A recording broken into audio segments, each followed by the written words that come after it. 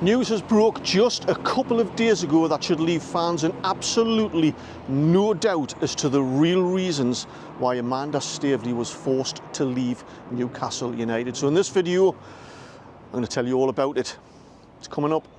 Welcome back, it's Eddie here from Tyneside Life. Before we get into the detail of this Amanda Staveley story, I just need to kind of tie up a couple of loose ends. The first one, if you cast your mind back to the end of June this year, Newcastle United had updated their website and then pushed out on their history page a story about how Newcastle United were formed, in essence, by Newcastle East End and West End merging to form Newcastle United.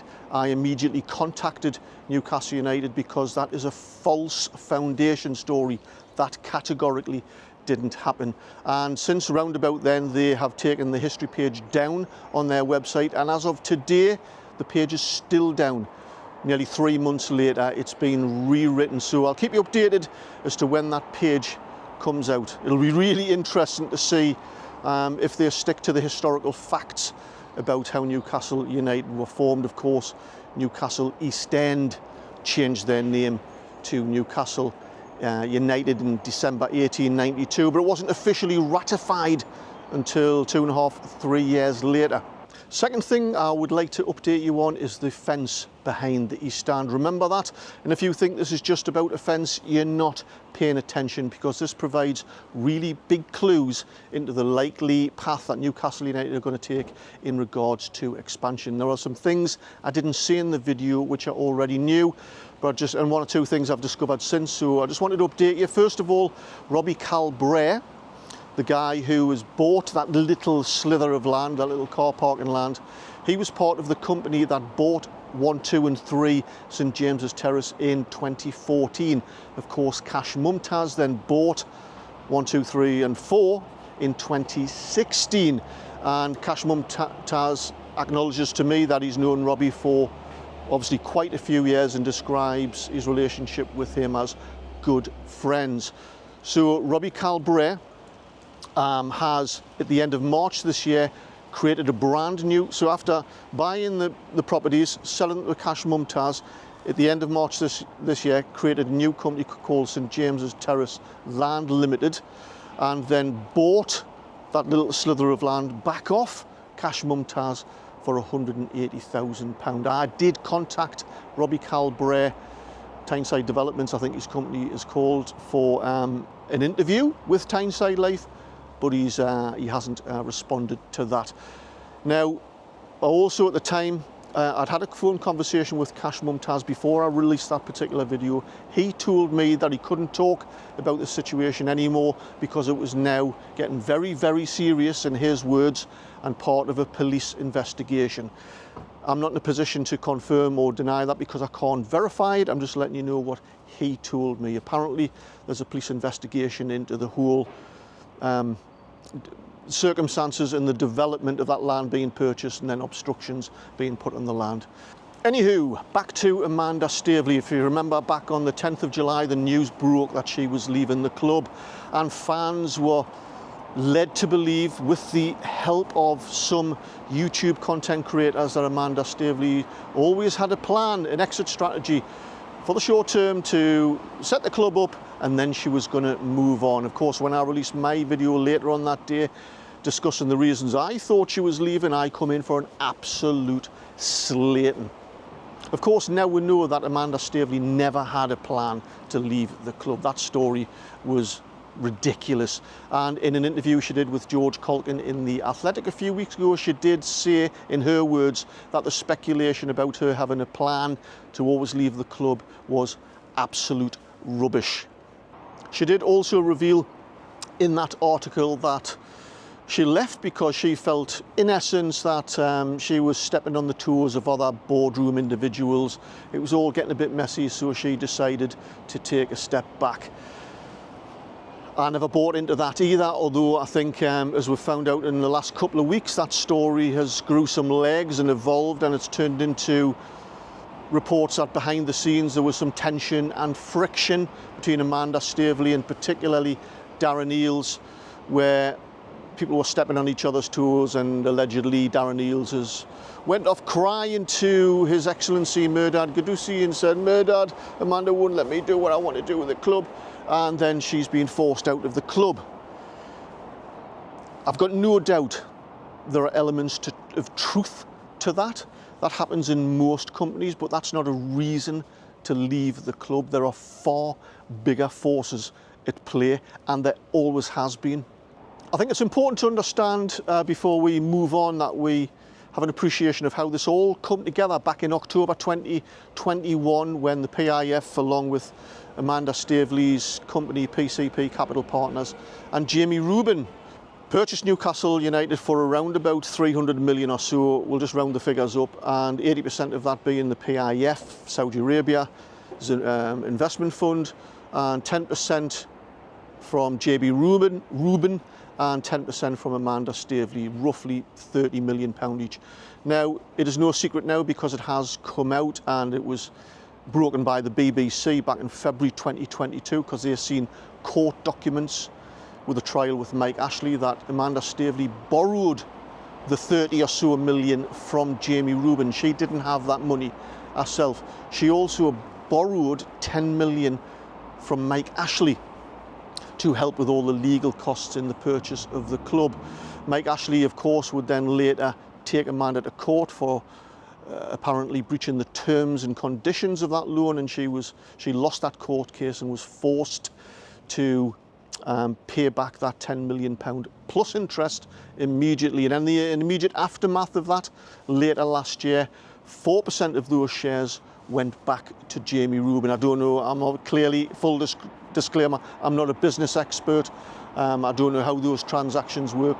She's borrowed the money from Jamie Rubin to get those 10% shares, and then 4% were then handed back to Jamie. So to clarify, just in case you're getting a little bit lost, not only did Amanda Staveley have to go through the indignity of borrowing £10 million from Mike Ashley to help her buy the club, he then took her to court and won and got the money back. And as of last year, Amanda Staveley's 10% stake in Newcastle United was then dwindled down to about 6%. Now, from the outset, I just want to state and clarify that I am absolutely gutted that Amanda Staveley is no longer involved in Newcastle United. She saved our club from certain relegation and wilderness for God knows how long. She was absolutely amazing. She breathed life and soul back into our club after 14 years of Mike Ashley. She sprinkled the magic fairy dust on our club. She built a family and a community, and it brought about this unbelievable feel-good factor back to Newcastle United. I was hooked, I was in, I was invested. I was riding the crest of the wave just like everybody else. I'm absolutely gutted she's left because she was amazing for Newcastle United. However, I was aware of the complications going on behind the scenes with her financial life and the bits of pickles she was getting into with particularly Mike Ashley with where they couldn't sell Newcastle United shirts, the claim she made about Steve Bruce not wanting to come to work, which she later had to retract and apologise. Aware, man, you cannot say things like that. So I was a bit concerned about, in other aspects of her professional life, how she was conducting herself. Now, whilst all this was going on behind the scenes last year, going into the beginning of this year, she was also being taken to court by somebody else, a Greek shipping magnate, is that what they're called Victor Restis. And he was suing her over a £10 million loan dating back to 2008.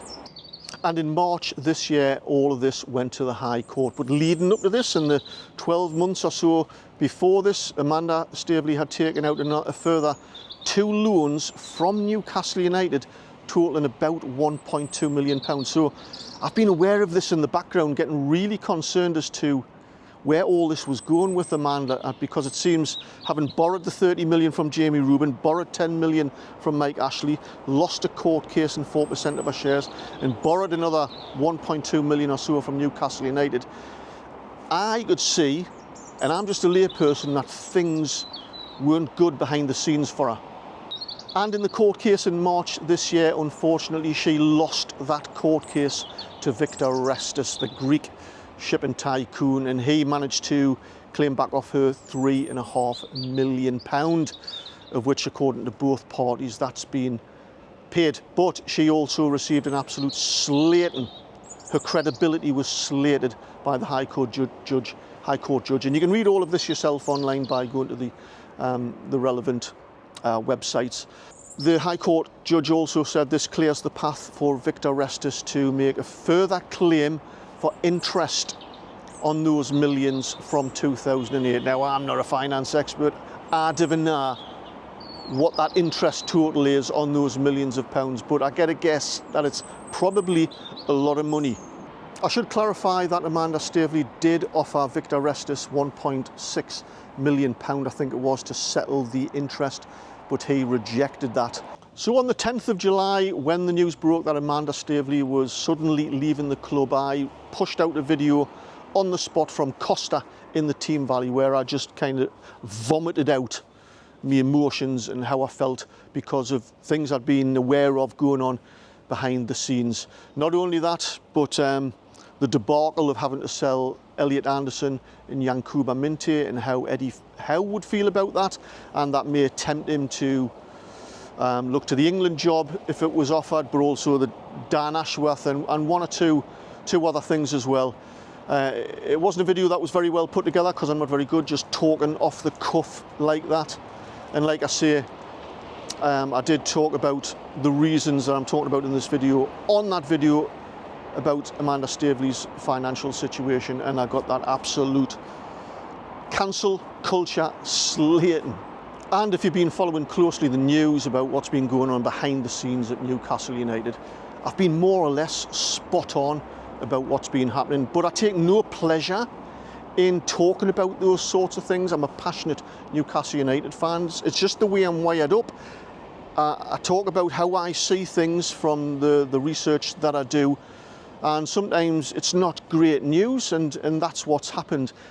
And I take no pleasure from the news I'm just about to talk about now. That was broken a couple of days ago, certainly in the Financial Times, about Amanda Staveley, because Victor Orestes has in fact petitioned for Amanda Staveley's company, PCP Capital Partners, which changed its name to Apollo Belvedere Services, to go into liquidation. And on the 11th of September, I think it was, a High Court judge in London has liquidated her company. You might be wondering why Amanda Staveley changed the name of her company from PCP Capital Partners, who originally had 10% ownership in Newcastle, to Apollo Belvedere Services. Again, there'll be some of you out there who are far better qualified to explain this than me, but my understanding is this is a common tactic used by company owners sometimes to frustrate investigations into their own companies if they're being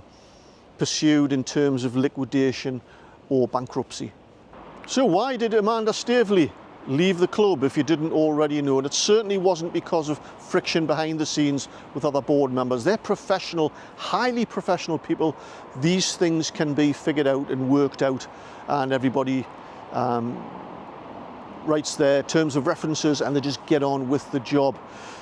Back in around about the 10th of July, Amanda Staveley would have known that the likely outcome of her background financial situation was about to hit the fan in terms of a petition to have her company liquidated, which at the time owned 6% of Newcastle. Now, I don't know exactly what that would have looked like if Amanda Staveley was still a 6% owner of Newcastle United and her company was liquidated, but I'm quite certain it would have been messy, complicated and embarrassing, not least for Saudi Arabia's PIF. Now, Amanda Staveley nor the Saudi Arabia's PIF or Mehrdad Ghedussi are never in a million years going to come out in some sort of news article, interview and state that Amanda was forced to leave the club because of an impending liquidation of her company assets, which could then lead on to a bankruptcy in the months ahead. They will never admit that. But this situation with Amanda and her finances and her companies is real. It's really happened. And the situation had to be avoided at all costs so as not to drag Newcastle United down any further than the stain of speculation it's already put on the club since her departure.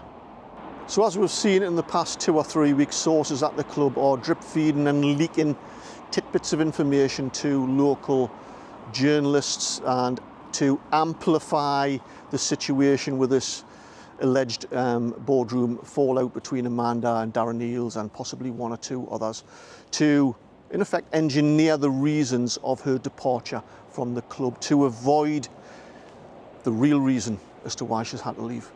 Oh, it's just all really unfortunate and really sad. And Amanda did say in that article with The Athletic that she's broken-hearted, in her words. She's absolutely devastated. So if you understand the real reasons why she's had to leave, and especially because she's fell in love with the club, especially because she was spearheading the Newcastle United women to hopefully get her into the Super League, she'll be absolutely broken at having to be forced to leave Newcastle United because of the liquidation of her company. Look, I wish Amanda and her business pursuits all the best in the future. She has also hinted that she might in the future get involved with other football clubs or another football club. We'll just have to wish her all the best with that. But it's just all really sad. But I think it's just important that we as Newcastle fans understand the facts and the reality of what's happened, so we can kind of all move on and just wish her the best.